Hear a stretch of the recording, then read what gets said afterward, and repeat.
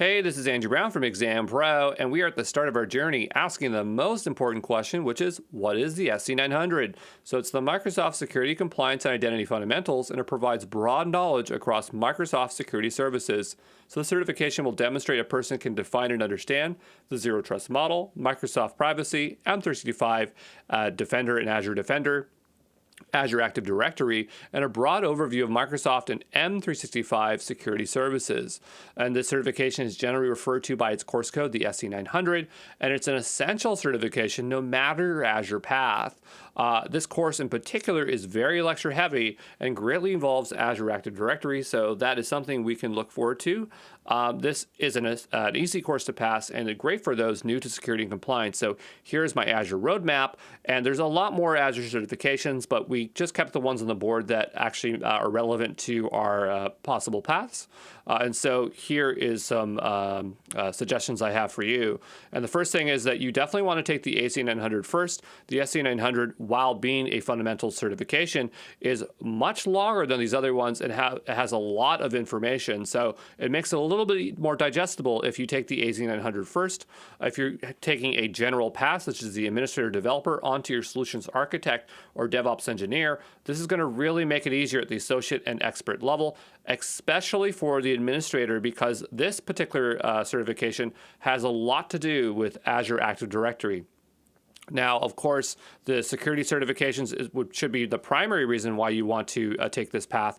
And Azure has 4 at the associate level. This is the reason why we don't really do any lab content follow-alongs within the fundamental course, because if we did, we'd just be making these courses, because if you were to look into the exam guides for all of these 4 certifications, you're just going to be seeing the same information, but us applying that knowledge and saying, okay, how do we do this for real, okay?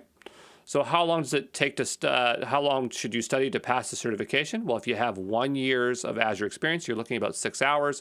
If you've passed your AZ900, you're looking at about 12 hours. If you're completely new, so you're not taking the AZ900, you're going straight for it, you're looking at 20 hours, okay? This one is longer than any of the other fundamental certifications. And I recommend about 30 minutes a day for 14 days. All right, just keep it within the scope of 2 weeks if you can. So where do you take this exam? Well, you can do it in person at a test center or online from the convenience of your own home. So there are 2 different data test centers that are partnered with Microsoft and Azure to deliver these. The one is PSI or Pearson VUE. They both have in-person and online. I strongly recommend that you always do in person because it's a more controlled environment. It's less stressful. You don't have to worry about the internet going out or some other issue that might occur. And so these are proctored exams. That means that there's a supervisor, somebody monitoring your progress as you take the certification so that you aren't cheating or things like that. So what does it take to pass the exam? Well, you got to watch the lecture videos. You generally have to do hands-on labs for this one. I'm going to cross this out because basically there's next to none in this course. So, it's more so watching the lecture videos. You probably would like to get some paid online practice exams. And if you do need one, go to exampro.co. And that's a great way to support these free courses. That's how I'm able to make these for you at no cost, okay?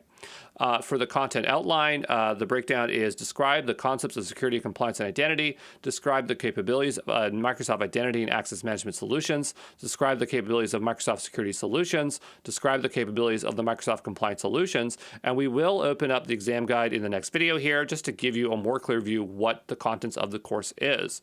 For grading, you have to get at least 70% to pass or around that because it's using scaled scoring. The response types we're looking at here, well, first of all, there's 40 to 60 questions, so you can get about 12 to 18 questions wrong. Some questions are worth more than 1 point. There is no penalty for wrong questions. Some questions cannot be skipped, and the format of questions could be multiple choice, multiple answer, drag and drop, hot area, or case studies. The duration of the course, just like all the fundamental certifications, is 1 hour, so you roughly get about a minute per question. The exam time is 60 minutes, but your seat time is 90 minutes. So your seat time refers to the amount of time you should allocate for the exam. This could include the time to review instructions, read and accept the NDA, complete the exam, provide feedback at the end. And this certification, well, I normally say 2 years because that's pretty much the standard, but any fundamental certification just never expires. And I didn't put this in my other fundamental videos because I did not know that, but apparently once you have it forever. So that's a pretty good benefit there. So there you go.